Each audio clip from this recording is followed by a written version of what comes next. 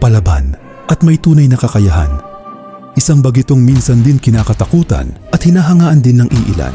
Kilalanin natin mga boss si Raymart, taga Canao. February 28, 2026. Nakaharap ni Raymart taga Canao si Anthony Gilbuela na kababayan niya lamang. Ito nga ay ginanap sa lungsod ng Tagbilaran. Malaki ang pagitan ng edad ni Gilbuela kumpara kay Raymart, kung kaya maraming nagsasabi na dehado si taga Canao sa labang ito. Ngunit kailanman hindi ito naging hadlang sa kanya para maipanalo ang laban. Tara panoorin natin mga boss, kung paano nga ba pinagapang ni taga Canao ang kanyang kababayan sa loob lamang ng unang round. Gusto ko lang sabihin sa iyo, Jack, nandito na yata ang some of the people na nakita ko doon sa pool ng Capitol, mga officials mo. Maganda sana makuha natin yung mga pangalan nila para ma-shoutout natin. So magandang tanghali po sa lahat ng pool officials. Salamat po for supporting me and my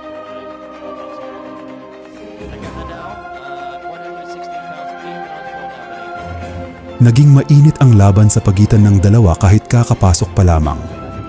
Agresibong nagpapalitan ng suntok, kombinasyon, palitan ng ritmo at parehas ding pressure fighter. Dito na nga mga boss biglang natamaan ng malakas na counter si Gilbuela dahilang mapaluhod ito sa ibabaw ng lona. Matagal nga itong nagpipigil sa inindang sakit mga boss at muntikan pang maabutan ng bilang, ngunit sinubukan pa rin ni Gilbuela na tumayo at muling lalaban.